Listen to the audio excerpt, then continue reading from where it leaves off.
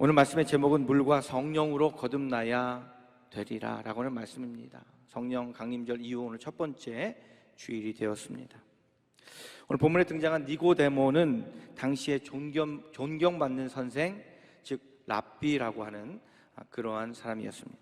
그는 자기 이름 그대로 백성의 정복자라고 자신 있게 말할 수 있을 정도로 인생을 성공적으로 살아온 사람이었습니다.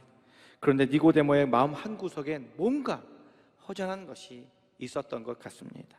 왜냐하면 여러분, 한밤중에 여러분 유대인들이 별로 찾고 싶지 않은, 또 기득권자들이 만나면 좀 문제가 생길 그 예수님을 찾아왔다라고 하는 것이 바로 그 이유가 되는 거예요. 그 당시 예수님이 사역을 할 때의 나이가 우리가 보통 30세 정도로 알고 있지 않습니까?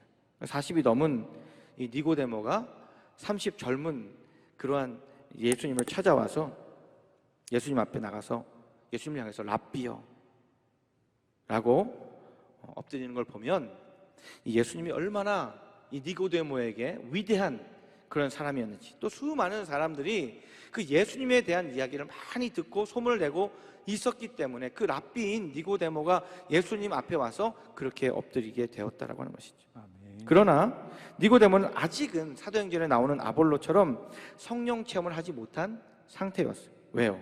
그가 아직까지 거듭남에 대해서 알지 못해요. 물과 성령으로 거듭나야 되는데 아직까지는 그것에 대해서는 알지 못하는 상태였다.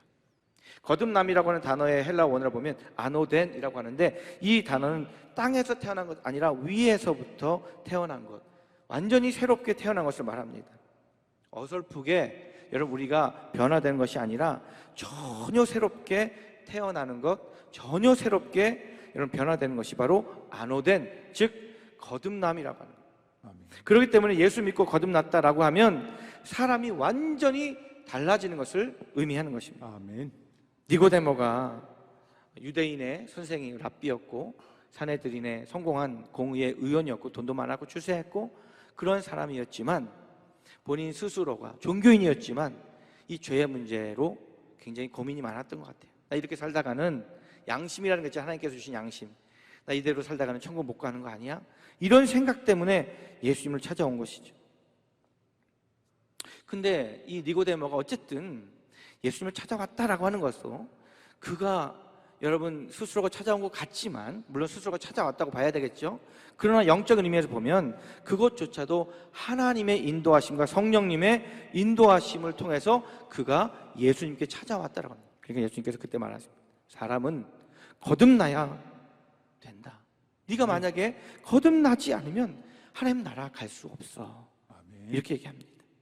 여러분, 교회를 오래 다녀도, 여러분이 성경 지식을 아무리 많이 알고 성경을 아무리 많이 외워도, 읽어도, 여러분 물과 성령으로 우리가 거듭나지 않으면 우리는 하나님 나라를 볼 수 없고 하나님 나라에 들어갈 수가 없다라고 하는 겁니다.